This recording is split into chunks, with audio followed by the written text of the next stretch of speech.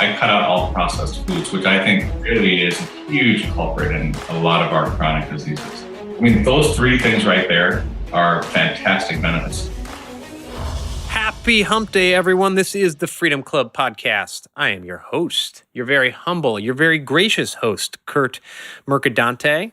It is the second interview segment of 2019. Listen, we're about 2 weeks into this year, and I hope you are crushing it. And if you're not, you still have time to get it back on track. Because I want you to define your objectives for the year and reverse engineer them so that you have clearly defined outcomes for every month of this year, every week of this year, and every day of this year. But let's get to today's interview, which quite honestly is pretty awesome. We have Dr. Bobby Koneru. He's an oncologist. He's more than that. He's also a TEDx speaker. And he's a source of inspiration for me every day. I follow him on Facebook because, I've known a lot of MDs. I've worked for some MDs in a prior life. And a lot of them, they kind of buy into what I call coerced conformity, especially when it comes to nutrition and wellness. I go see a chiropractor and there's a lot of MDs who think that's some sort of snake oil salesman. My lifestyle, I follow the paleo lifestyle. It's low carb. I do intermittent fasting. There's a lot of MDs who won't touch that. They're still under the myth that you should eat a lot of bread, have a lot of grains, high carbohydrate is good, which is BS. Dr. Bobby is different. And he likes to use his body sometimes as a little bit of a guinea pig, right? He's trying in the midst of trying out the Carnivore Diet, which some incredible results. And he's just an overall great guy. He and I got to know each other a little bit last year and had a really in-depth and candid discussion. We actually taped this podcast on New Year's Day. Yes, I was awake enough to tape this. And we taped it as a live stream and had a wonderful turnout on the live stream in the Freedom Club community. Again, if you're not a member of the Freedom Club community, please go to Facebook, join. We want you there, right? And if you are a member, if you're listening to this podcast and you are a member of the Freedom Club community, I salute you. Thank you so much for not just being a member, for your regular engagement. So without further ado, here is my interview with Dr. Bobby Koneru. Welcome to the Freedom Club podcast, where we strive to pull you out of your life of quiet desperation, out of your comfort zone of misery, and propel you into a life of freedom and fulfillment. And now, here's your host for this journey, international speaker and coach, and serial entrepreneur, Curt Mercadante.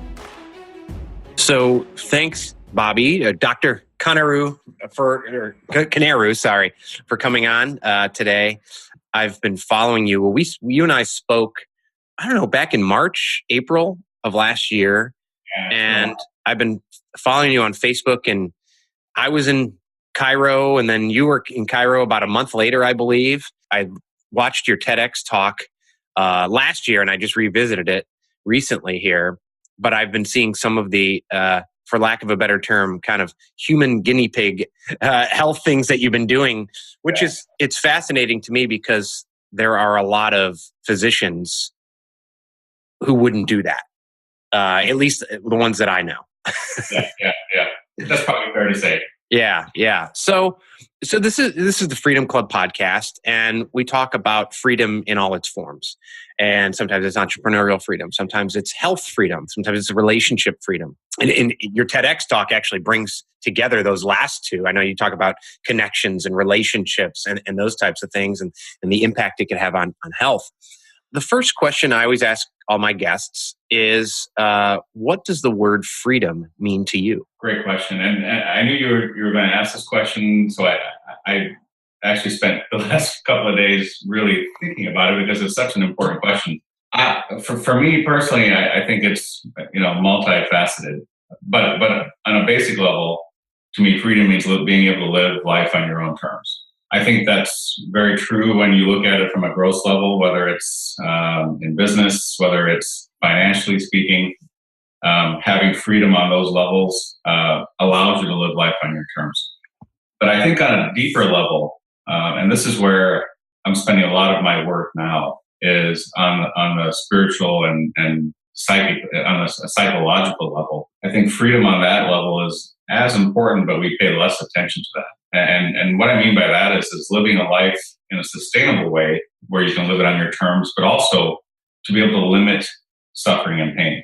Because you can have financial freedom and freedom on a gross level, but if you are a slave to your mind or your emotions and you're suffering, I don't really consider that freedom at that point. Right. It's a very complicated question with a multifaceted answer, I think. Yeah. No, thank you for that. And that's, it's interesting, freedom from suffering. And I know you and I have both read Jordan Peterson's books, and he talks about how many people just, they describe life as suffering. Yes. And it's kind of unclear whether he agrees with it or not. I think he just deals with it as it is. But just to kind of bring us to this point, you and I spoke kind of before we went online here about we both grew up in the suburbs of Chicago, as everyone can see. And by the way, for those listening, of course, we live stream all these interviews in the Freedom Club community. So on Facebook. So if you're not a member of the group, go to Facebook, become a member of the group. But people here are watching and they can see that I have my Iowa stuff on. But I left the suburbs of Chicago, went to Iowa. You went to University of Missouri. And then you were at, you got your medical degree at Northwestern? I did all of my specialty training at Northwestern. And that was in oncology, so I treat cancer patients. Got it. And so, oncology, a TEDx speaker, and you picked up from the big city, and you moved to Dubuque. That's right. Now, what fueled that move? So while I was in the city in Chicago, I had a daughter, and her grandparents actually live in Dubuque. So by chance, there was an opening here. There was a physician here that owned a practice, and he was leaving, and he called me up and said, "Hey, do you want to take over my practice?" So it was a unique opportunity. It was an entrepreneurial opportunity, which I had no exposure to. So we took the leap. During that process, then I started my business. I expanded it to a couple of different cities. I also went through a divorce. So lots of great reward and growth. And then I had to go through some personal challenges, but I love it here now. It's been a great experience, and I love Iowa. The people here are really nice. Yeah, if people listening or watching have never been to Dubuque, you may have something in your head that is much different than it is, but it's beautiful and it overlooks the Mississippi. There's some hills there, right? And the downtown area, we used to go to Galena and vacation in Galena and would come over to Dubuque. There's museums there, that Mississippi River Museum. I think there's like a water park down there. It's actually a very beautiful town. Yeah, I love the landscape. A lot of rolling hills. Actually, it was nicknamed the City of Seven Hills, kind of like which originally I think Rome was given. Rome, right. So you kind of got that nickname too because of all the hills. So as you mentioned, you're an oncologist. Not that anyone likes cancer, but I particularly hate cancer. It took my father. We've had some people close to us that have fought through it. My wife actually just had melanoma removed from her neck. And so, and to be perfectly honest, I live my life, I don't want to say in fear, but with thoughts of, I don't want to someday wake up and have it, and so I take steps to do that, which is why I'm so, as I mentioned, fascinated by what you do and what you talk about, not just the oncology side, but that when we talk about freedom, and it's funny, I've changed so much. I used to work, I was basically a lobbyist, and I worked in DC, and there's a story I tell people that just sums up one of the reasons I got out. Is I worked for a group that was it was an agribusiness. Let me just say that. I won't name the group. But I found myself in a meeting with a group of lobbyists who were basically divvying up who was going to write different pieces of the food pyramid, which I think they've done away with the food pyramid for whatever reason. And I was always taught in school that the food pyramid was based upon science. And as I sat in this meeting, what I realized was, well, no, it's dependent on who's getting the most subsidies.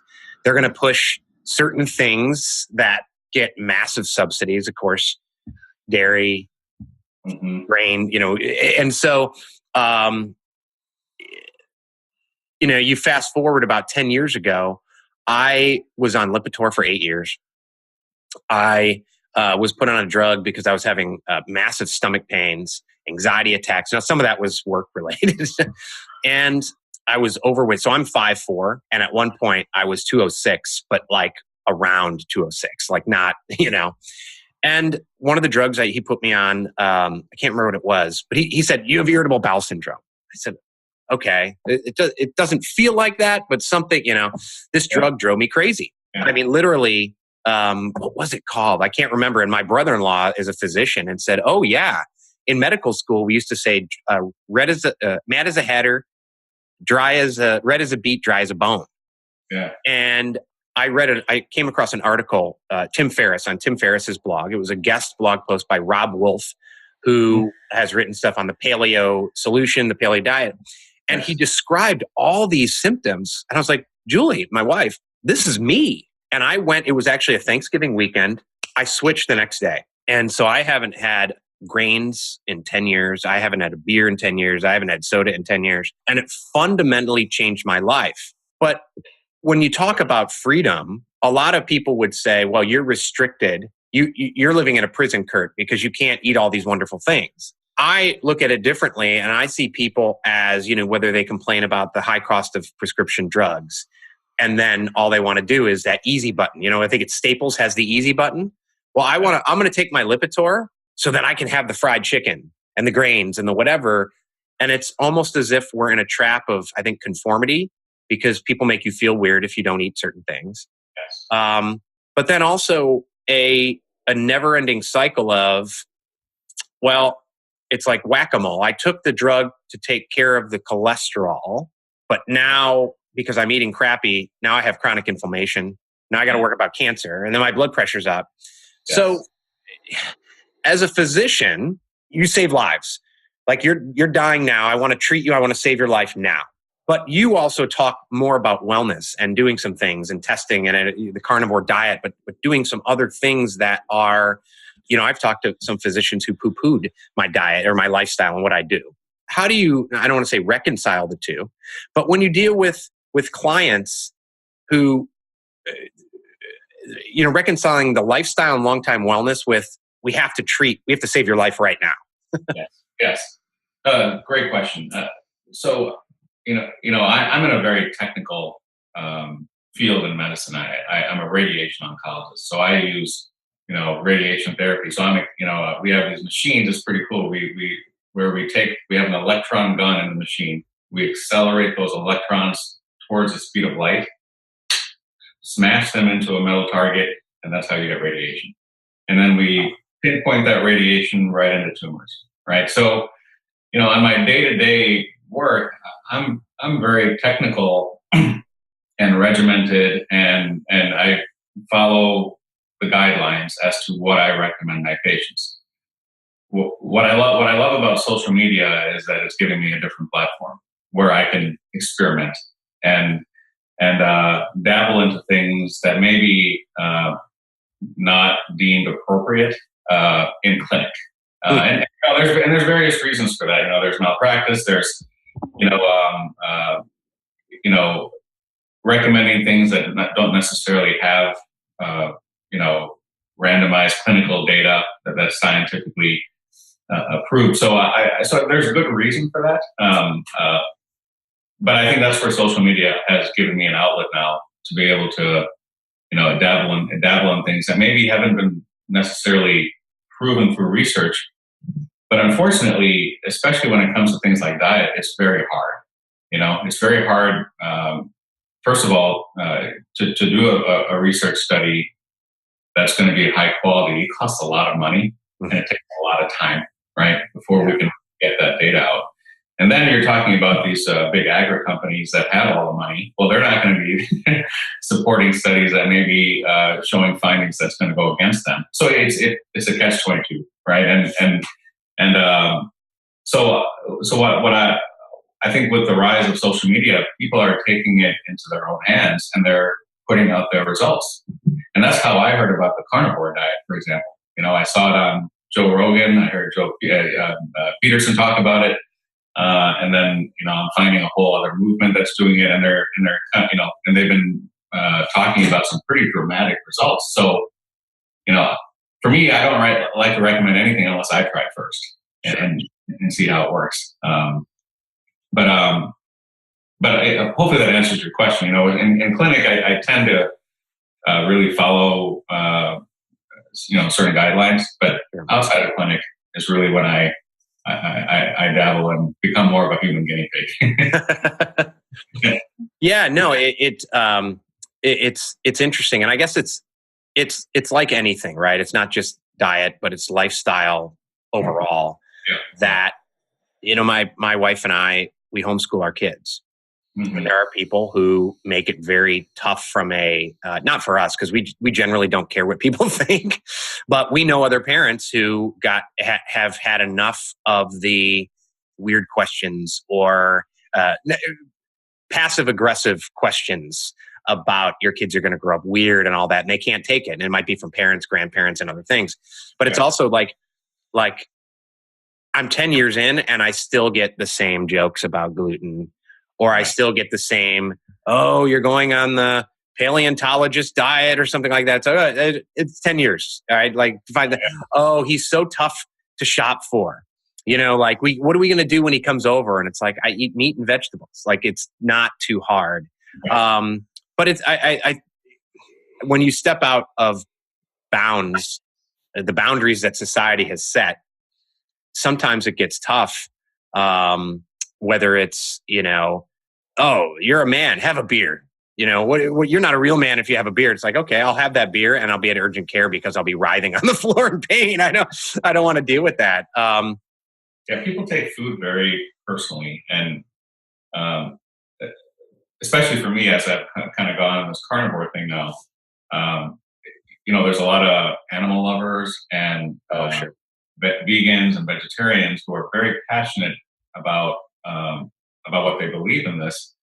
So, and also, I was raised, my parents were Hindu, so, most Hindus are vegetarian. So, and they believe in, nonviolence and,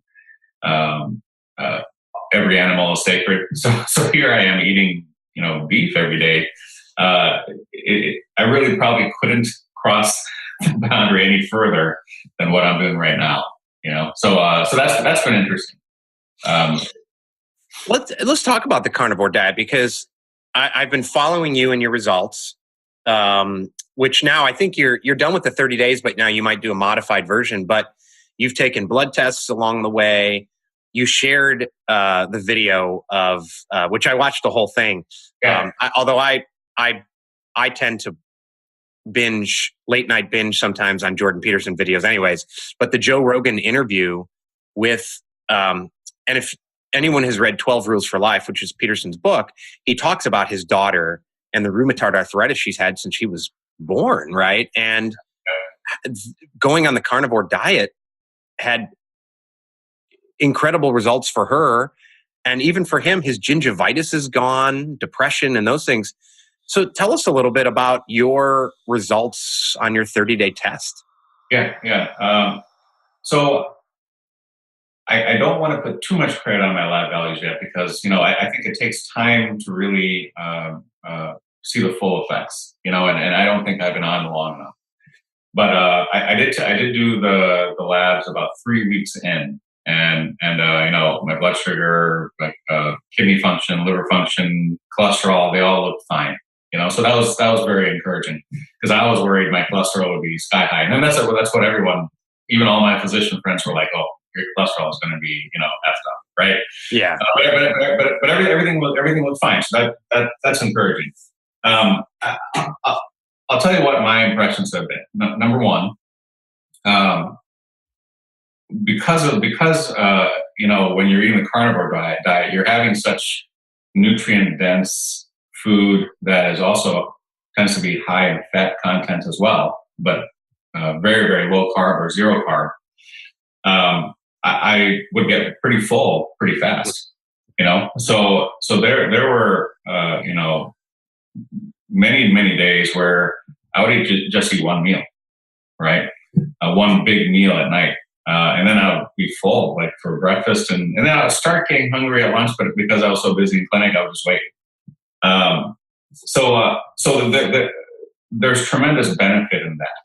I'm not sure if you've seen my fasting series, but I did a 7-day fast before, and just water and coffee, or water, coffee, tea. Yeah. Okay. And some bone broth. Yeah. Okay. Wow. So, but there's constantly research coming out demonstrating the value of fasting. Okay. And prolonged fasting, 7-day versus intermittent fasting, they both have different benefits, but intermittent fasting is great. And in fact, from what I'm hearing, it's actually going to be recommended by several medical societies now as standard for good health. So the carnivore diet, probably by I don't know if it was an accidental benefit, because that wasn't something I was thinking of as a benefit. But the intermittent fasting has been great. As I've been kind of doing research into other cultures that maybe do something similar. You have the Inuit tribe. You have some of the Eskimos that primarily live on high protein, low carb or zero carb diets. They were healthy into old age. They didn't suffer from chronic diseases like cancer and things like and diabetes. So that was encouraging. The other thing, though, as I've been reading, is that a lot of these tribes, they tend to have a pretty limited selection on the type of food they eat. So they tend to eat kind of the same, you could view it as monotonous, but the same type of foods pretty regularly. If you look at our society now, we have a tremendous variety of foods, and we often deem that as a great meal when we try something exotic and different than the other meal, right? Well, it may turn out that that's not good for you. That may be a culprit into weight gain and digestive issues. And actually, Tim Ferriss talks about this in his, in his book. To try to keep your diet pretty limited in variation. So again, another accidental benefit probably that I didn't think about for the carnivore diet, but it's been a pretty monotonous diet. Yeah. But that's probably reaped some benefits, So the intermittent fasting, the limited variation in the food you eat, and then of course, I cut out all processed foods, which I think really is a huge culprit in a lot of our chronic diseases, especially diabetes, and even cancer. There's so many links to cancer and processed foods, those three things right there are fantastic benefits. Now, I don't think you need to go on a carnivore diet to get those benefits, and so that's why, I'm not promoting it yet. I need to stay on it a little bit longer term and really see if it's uniquely different that way. I think you can be a vegetarian and probably get a lot of similar benefits if you implement intermittent fasting, cut out the variation and cut out processed foods. So that's been kind of my observation so far. It's interesting that with paleo, sometimes it can get monotonous. It's less monotonous than people think it is. We do a lot of crock pot meals. People think, how can you do that? It's so tough. Carrots, we go to Trader Joe's and get like an organic or grass-fed roast. You throw it in there, water, you turn it on and you leave. I mean, it's that easy. And so I'm going, because I'm a nerd on this stuff, I'm going to get my health coach certification as well, because I want to start building in health. But I'm doing it through the Primal Health. I don't know if you know Mark Sisson. He does Mark's Daily Apple. And so I've been immersed over the last 2 weeks as I go through the program in insulin, high carb, the processed foods, and cortisol, which I've always known I can sense when I'm so in tune now. I can sense when I'm inflamed, when sleep patterns raise my cortisol. I can tell my left arm, I can't even close my hand. And so I know I gotta, and sometimes I'm eating well, but I didn't get sleep, or I've done a little too much chronic exercise, those types of things. But 2 years ago, I went to the doctor. So we do life insurance. So we have life insurance. And so every couple of years we get a new type of, the nurse comes to take the blood, which is always, I at one point 10 years ago passed out when they took my blood. And so now it's in my head. So it's a big comedy routine. Is daddy going to pass out on the living room floor, But they measure, you talked about cholesterol and the concern about cholesterol in the carnivore diet. And so I used to have over 300 when I was in college so mine was higher. And so I couldn't qualify for a certain rate on the life insurance, however that went. So I made an appointment physician, and I said, can you just look at these results? Am I okay? I'm nervous about cancer, about whatever. And he said that I had the best good to bad, I'm probably putting this very badly, good to bad ratio of cholesterol. So the HDL, LDL that he's ever seen in a male my age. Wow. And he said, what do you do? And I said, I eat bacon 4 times a week. I have steak 3 or 4 times a week. And he's like, but you have no processed foods. You have no, I said, right, because I'm paleo. And he said, keep doing it. Is there going to be at any point you talked about intermittent fasting and how some medical societies are going to come out and they're going to promote it or embrace it.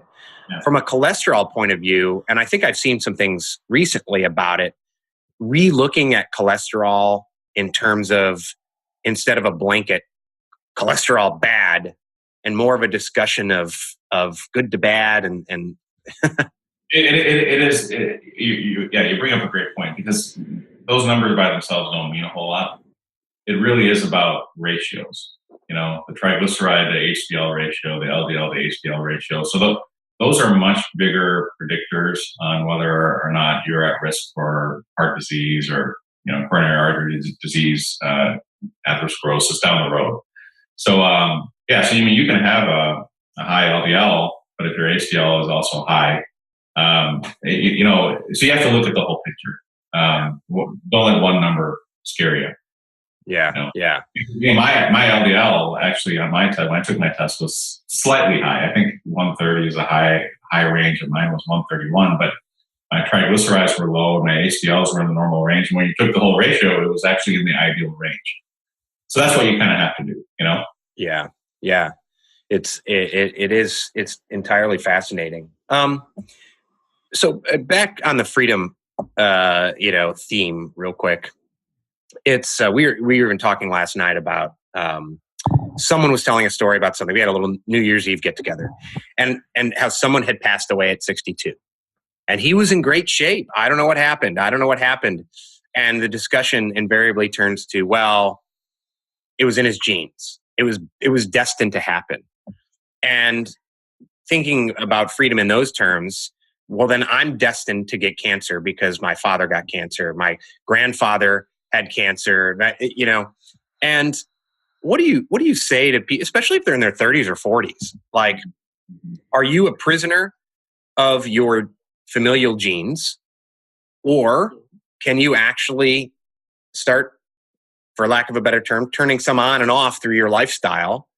And what's the best way to do that? It's a great question. We're still, I think the answer to that is still being examined. Certainly there are some genes that will predispose you to cancer. And there are technologies coming out now, like CRISPR, for example. I'm not sure if you've yeah. that could potentially turn on and off or slice off genes that may not be serving you in the best way, right?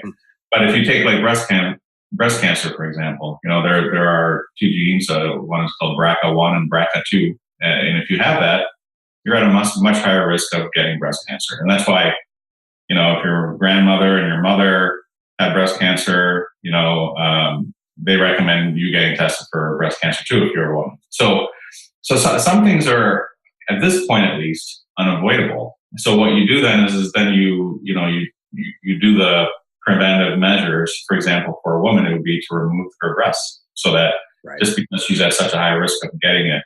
But that being said, I do think that modifying, environmental factors can certainly at least not increase that risk further. Because, I would hate to say that you have absolutely no control or no freedom in this, But I think over time,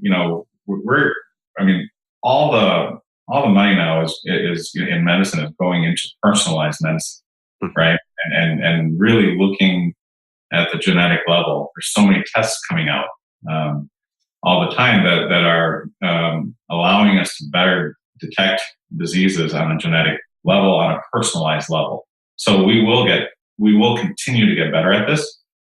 But for right now, I think if you do have a genetic predisposition, there is a risk. Yeah. There's a risk, and you just have to be that much more careful with everything, right? Your lifestyle, your to do the best you can. Yeah.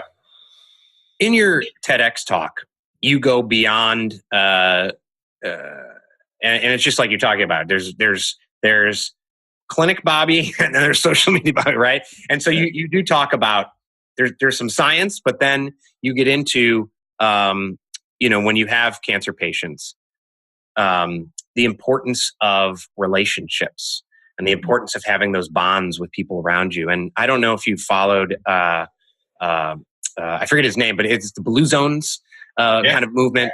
And, he talks about those 7 areas. And one of them is a strong sense of community. These places where they all meet in the town square for coffee at night or whatever. They walk to their neighbors. They do all these things. What, what spurred you to include that in there, in that TEDx talk? And is that something when you're going through with a patient, do you have those discussions with the patient or not as much? I do as much as I can.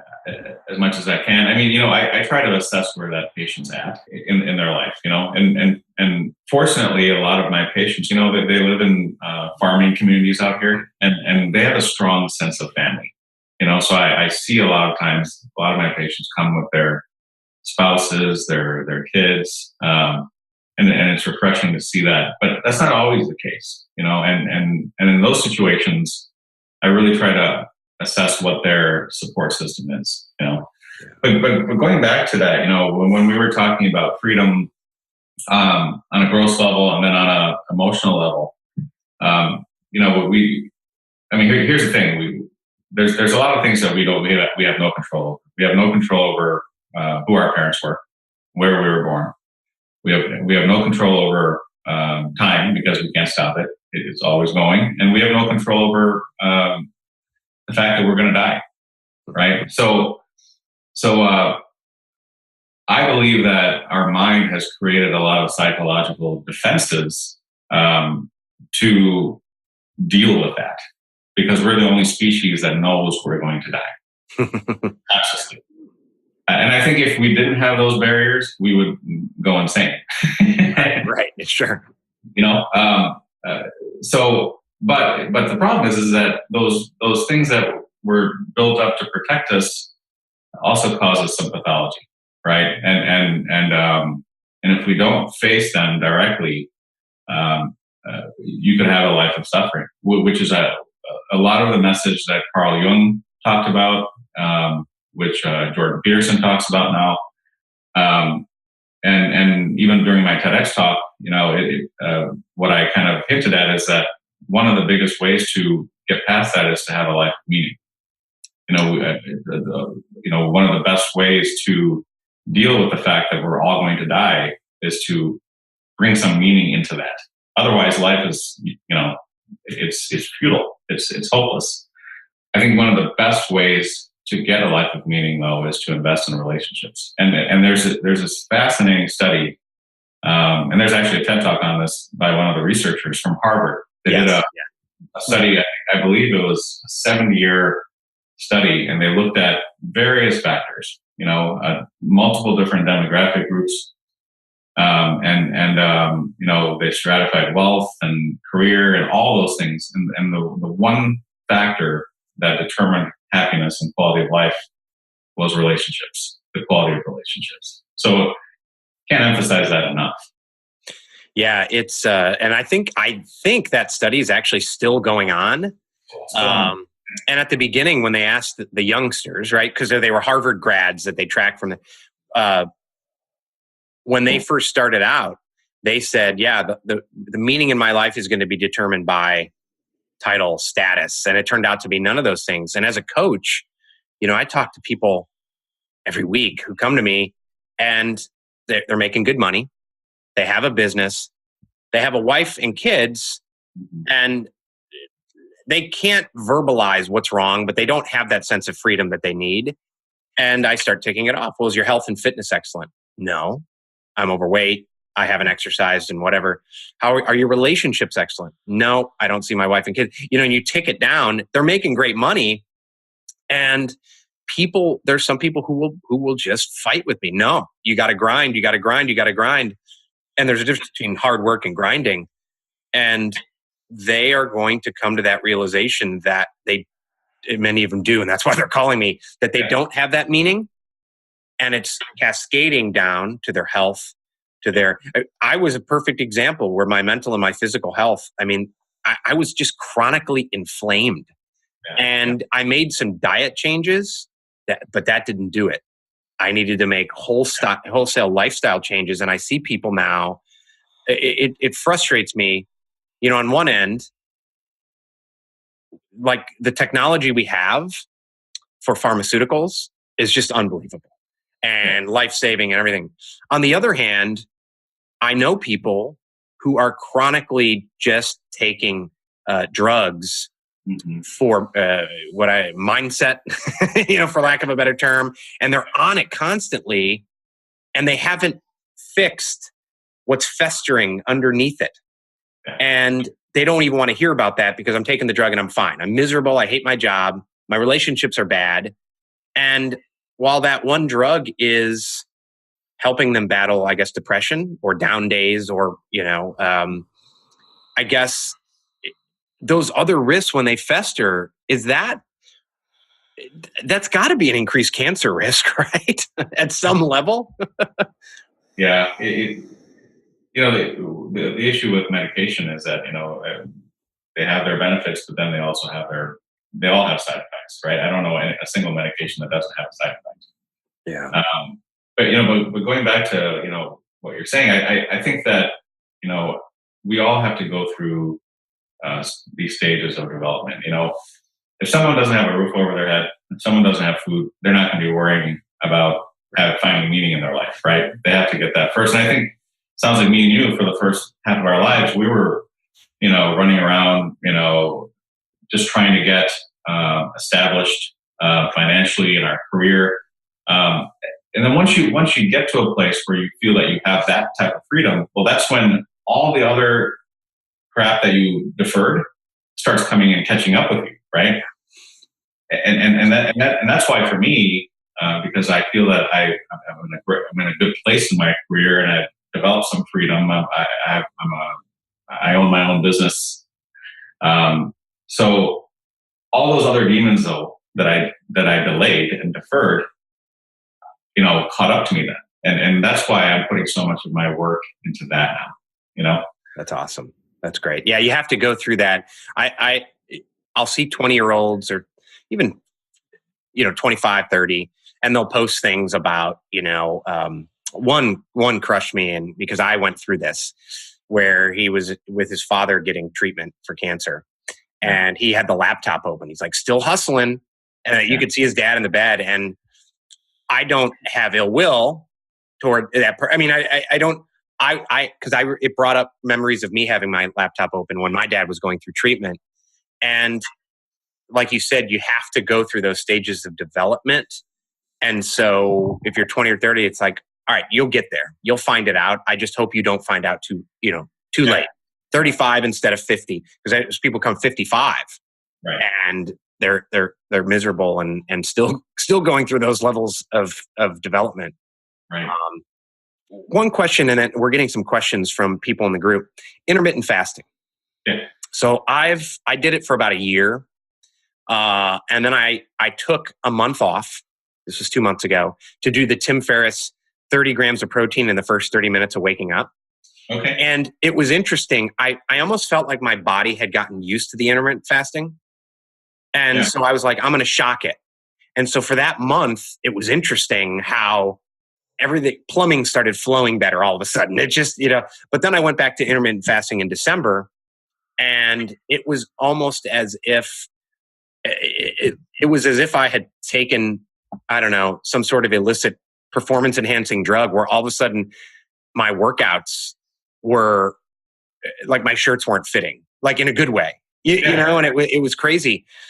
Does the body get used to things like that and then just says, well, the intermittent fasting worked for a year, but now we're used to it, and so forget it? Or is that just my imagination? Well, certainly your body develops a tolerance to things. And that's why I think shocking it occasionally is not a bad idea, Yeah.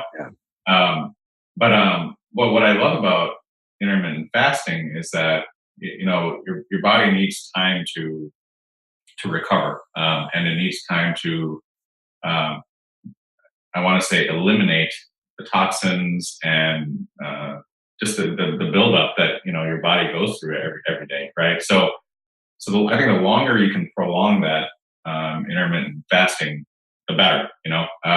So I try to have at least 13 hours, 14 hours between each meal. Yeah. Obviously, that's not always doable, but as much as I can, I do. And there's this great book called The Fast Diet, and that was written by a physician. And he was overweight. I believe he had diabetes, hypercholesterol. He was taking Lipitor. He was taking all these medications. And once he started doing the intermittent fasting, he got off all of his medications. Wow. All of his lab values normalized. So I think it's powerful. Don Wettrick, I don't know if you know Don, but so Don asks, any interest into the gut biome research? Yes. There's actually some companies now, and one of them is called Biome, that actually will test you'll have to mail in like a stool sample, and they'll actually look at the microbiome that you have individually. And based on the types of microorganisms that are in your gut, they will recommend a personalized diet for you.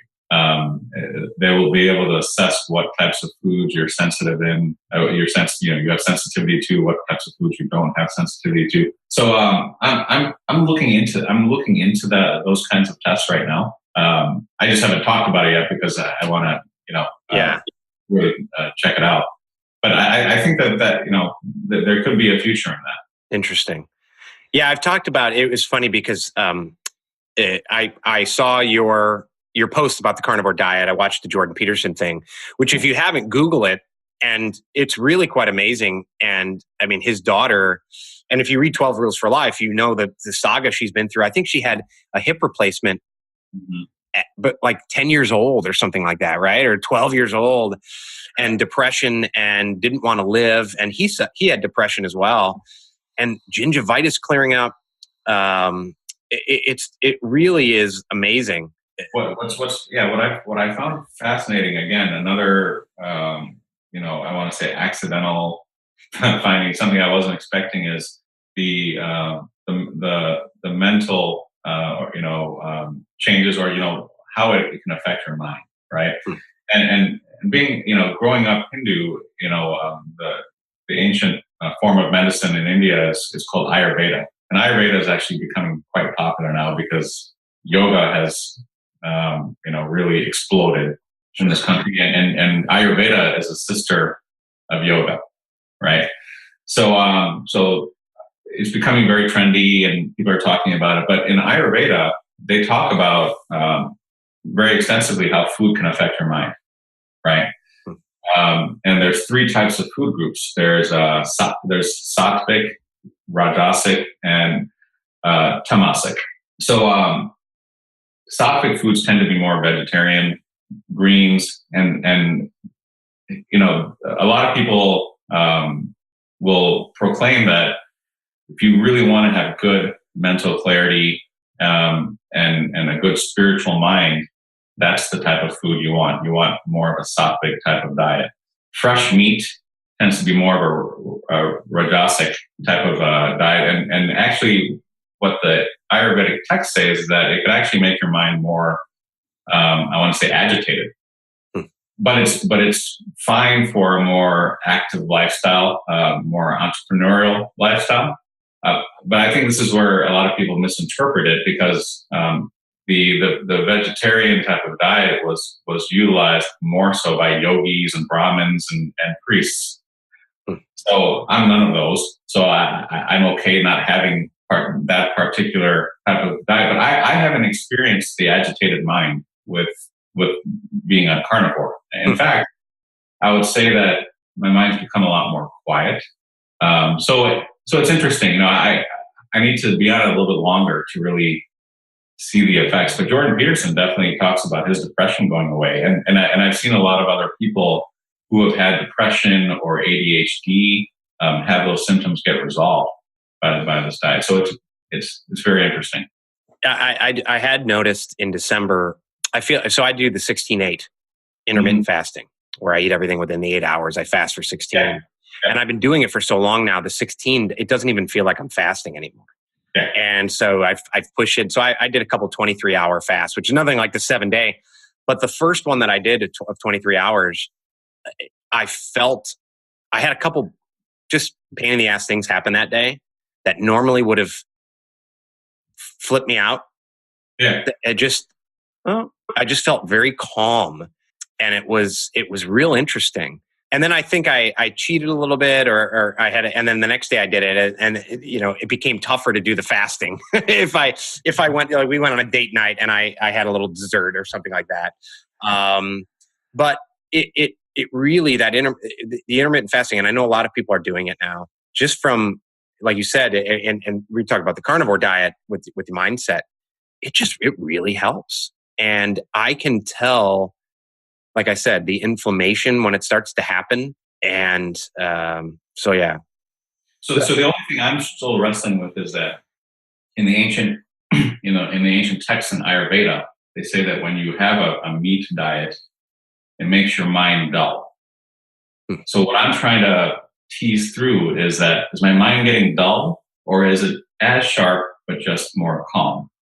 And it is a clear distinction between those two. But I haven't been on it long enough to be able to know yet. And again, going back to Jordan Peterson, he hasn't had that experience. He says he's as sharp as ever. Yeah. So, but then he may be just a mutant. And, I don't necessarily want to use him because he's brilliant. I would need to be on this a little longer to find out. But, I never discount traditions like Ayurveda, because they've been around for thousands of years, and obviously, if something's still existing after that time, there's something about it that works. To it, yeah, absolutely. Well, Bobby, if we had to sum up for people listening, 3 points in terms of not just health, but we've talked about lifestyle changes, living a life of meaning, relationships. And people listening want to live a lifestyle, not just of freedom writ large, but also one in which they feel good. Maybe their genes say one thing, but they want to live a lifestyle that fights back and throws some elbows against their genes. What would you tell them? Well, don't worry about the things you can't control. Put your energy and time into the things you can control. Don't view, life as limited if you're limiting options. Because I love Jocko Willink's quote, where he says, discipline is freedom. Yeah. Sometimes limiting things gives you more freedom in the end, again, going back to, living a life that limits suffering. I think there's multiple things to that. Number one, live a life that has meaning. Invest in relationships, invest in yourself, and figure out a way to, deal with your mind in a way where you're not a slave, because ultimately, that's going to serve you the best, when it comes to a sustainable way of living free. That's excellent. So what's next for you? What's next? Yeah. In the adventures of Dr. So the one thing, that, outside of my clinics, because, that takes up most of my time, and also being a father, because I have a 8-year-old. So I love that. I also recently got engaged. So that's been awesome year this year for that. The other hobby I have is, I love the arts and humanities, and Dubuque has a really cool scene. I was surprised about how many talented artists there are in this town. So, I purchased a building that was from a man. His name is Jim Avery, and he was a brilliant guy.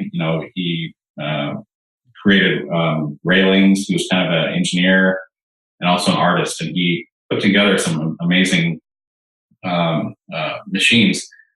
So I bought the building from him, but he passed away from cancer. And it was his dream to have that building kind of an open space where other people that were interested in the arts can come and dabble and explore that side of that. So I was just really inspired by his story. So I decided to do something similar in that building. So I'm starting up a social club. So I've seen that post. I was actually wondering what that was. I've seen your Facebook posts. Yeah. Yeah. So that's going to hopefully open in 2019 in April. Is what we're shooting for. So I hope one day you can come down and check it out. Yeah, no, that would be wonderful. I need to get back to Iowa for. I haven't been on campus in about 10 years, and pop up to Dubuque. Yeah, that'd be great. So any books, any future books or TEDx speeches planned for the future? Not in, if another TEDx opportunity presents itself, I would love to do that. It was such a great opportunity, but nothing imminent. Yeah. Well, thanks so much for joining the podcast. If people want to learn more about you, get in touch with you, where's the best place for them to go online? I would say, follow, you can follow me on Instagram. It's just Bobby_Koneru. Or, I'm pretty active on LinkedIn as well, and Facebook. So I think all three of those platforms are perfect. Awesome. Well, thanks so much. Thanks everyone who watched live, and thanks a lot. Hey, thanks, Curt. It was great to be on this podcast with you. Thank you. Excellent.